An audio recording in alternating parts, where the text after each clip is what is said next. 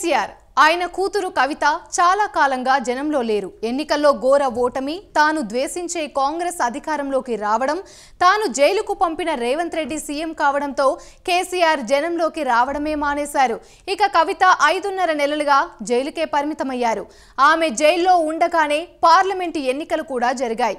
గులాబీ పార్టీ నుంచి చాలా మంది నాయకులు కాంగ్రెస్ పార్టీలోకి వెళ్లిపోయారు. అప్పుడు కూడా కేసీఆర్ స్పందించలేదు. అయితే ఇప్పుడు తండ్రి కూతురు ఓ నిర్ణయం తీసుకున్నట్లు సమాచారం. త్వరలో లోకల్ బాడీ ఎలక్షన్స్ రాబోతున్నాయి. దాంట్లో సత్తా చూపించాలని కేసీఆర్ డిసైడ్ అయ్యారట. రైతులందరికీ రుణమాఫీ కాలేదని, ఇప్పటి వరకు రైతు భరోసా ఇవ్వలేదని, కాబట్టి రైతుల్లో ప్రభుత్వం మీద వ్యతిరేకత ఉందని భావిస్తున్న కేసీఆర్ దాన్ని జనంలోకి తీసుకొని పోవాలని అనుకుంటున్నారట. అందుకే తండ్రి కూతురు కలిసి మాస్టర్ స్కెచ్ రెడీ చేశారట. ఇంతకీ ఏంటది?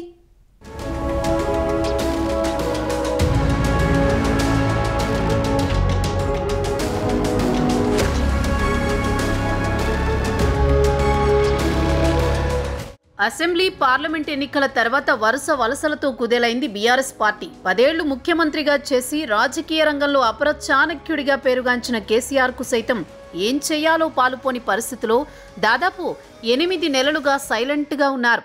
అయితే కేసీఆర్ సైలెన్స్ను కొంతమంది చేతకానితనంగా వర్ణిస్తూ వస్తున్నారు. ప్రతిపక్ష నేతగాను ఫెయిల్ అయ్యారంటూ పార్టీ నుంచి వలసలను నియంత్రించలేకపోయారని కేసీఆర్పై సోషల్ మీడియాలో పబ్లిక్ ట్రోలింగ్స్ ఎక్కువయ్యాయి.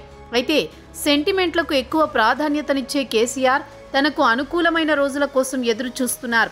ఆ సమయం ఇప్పుడు వచ్చిందని భావిస్తున్నారు. వినాయక చవితి పండుగ తర్వాత తన కార్యక్రమాలు విస్తృతం చేయాలని గులాబీ బాస్ భావిస్తున్నారని సమాచారం.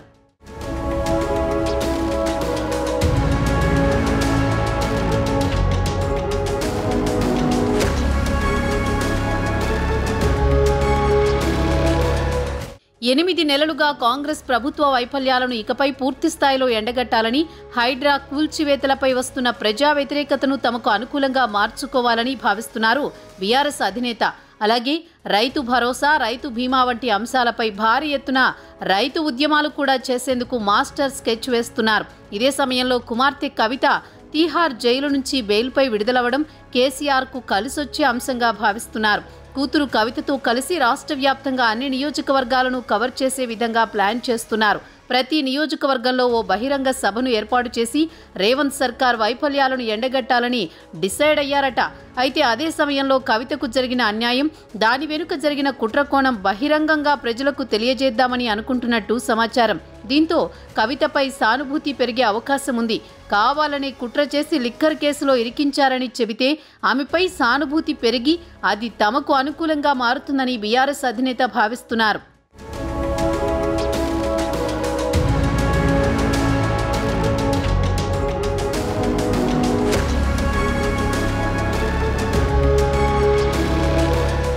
మరోవైపు కర్ణాటక రాష్ట్రంలో జరిగిన వాల్మీకి స్కామ్తో తెలంగాణ ప్రభుత్వానికి అంతో ఇంతో సంబంధాలు ఉన్నాయని, ఈ వ్యవహారంలో ఇప్పటికే వారికి చెందిన కంపెనీల ఖాతాల్లో డబ్బులు జమయ్యాయని, ఈ విషయాన్ని బహిరంగంగా ప్రజల ముందుకు తీసుకువెళ్లాలని కేసీఆర్ భావిస్తున్నారని రాజకీయ పండితులు అంచనాలు వేస్తున్నారు. అలాగే జాబ్ క్యాలెండర్ అంటే కేవలం ప్రకటనలే తప్ప నియామకాలుండవని స్ట్రాంగ్గా చెప్పాలని చూస్తున్నారు. అలాగే ఎల్ఆర్ఎస్ పేరిట కాంగ్రెస్ మరో దోపిడీ చేసేందుకు ప్రయత్నిస్తోందని చెప్పాలని చూస్తున్నట్లు టాక్ వినిపిస్తోంది.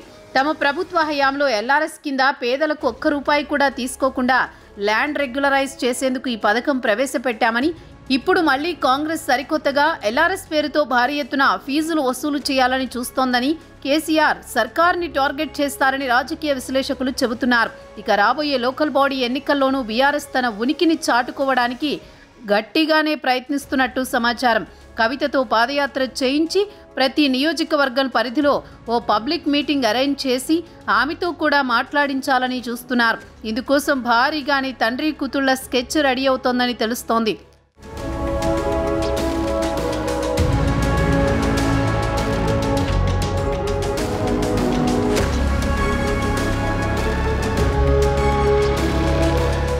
మరోవైపు కవితకు సుప్రీంకోర్టులో బెయిల్ లభించగానే ఆమె రాజకీయ ప్రయాణంపై రాజకీయ వర్గాల్లో చర్చలు మొదలయ్యాయి. 2019 లోక్సభ ఎన్నికల్లో ధర్మపురి అరవింద్ చేతిలో ఓడిపోయిన కవిత అవమాన భారంతో దాదాపు 2 ఏళ్లు బయటకు రాలేదు. తండ్రి ఎమ్మెల్సీ పదవి వచ్చాక మళ్లీ యాక్టివ్ అయ్యారు. ఇప్పుడు 5.5 నెలలు జైల్లో ఉన్నారు. ఆమె జైలుకు వెళ్ళింది ప్రజల కోసం కాదు, ఉద్యమం చేసి కాదు, కుంభకోణంలో ఇరుక్కుని వెళ్లారు. కానీ ఆమె జైలు నుంచి వస్తూనే పిడికిలి బిగించారు. వీరనారిలా బయటకొచ్చి జైలు బయటే మీడియాతో మాట్లాడారు.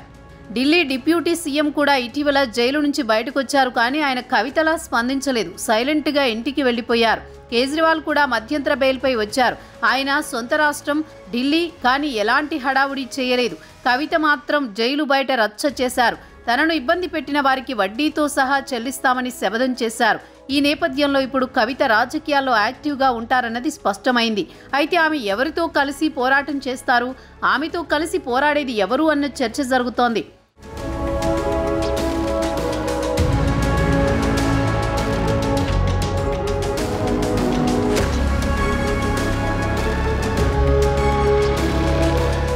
మొత్తం మీద చెప్పాలంటే ప్రభుత్వాన్ని రేవంత్ను కడిగి పారేయడానికి, ఉతికి ఆరేయడానికి కేసీఆర్ సభలు పెడతారట. మొదటి సభ సీఎం నియోజకవర్గమైన కొడంగల్లోనే పెడతారని సమాచారం. ఇక కూతురు కవిత రాష్ట్రంలో పాదయాత్ర చేస్తారనే ప్రచారం జరుగుతోంది. తాను ఏ తప్పు చేయకపోయినా అన్యాయంగా జైల్లో పెట్టించి వేధించారని ప్రజలకు చెప్పుకుంటారట. తాను జనంలోకి రాకపోతే వారికి తప్పుడు సంకేతం వెళుతుందని భావిస్తున్నారు. పార్టీకి మళ్లీ పూర్వవైభవం తీసుకురావాలనే సంకల్పం కూడా ఉందని తెలుస్తోంది. ఇందుకు పాదయాత్రే మార్గమని అనుకుంటున్నారట. తండ్రి కూతుళ్ల కార్యక్రమాలు త్వరలో మొదలవుతాయని పార్టీ వర్గాలు చెబుతున్నాయి. మరి ఈ ఇద్దరి కార్యక్రమాలు ఒకేసారి జరుగుతాయా, వేరువేరుగా జరుగుతాయా అన్నది తెలియాల్సి ఉంది.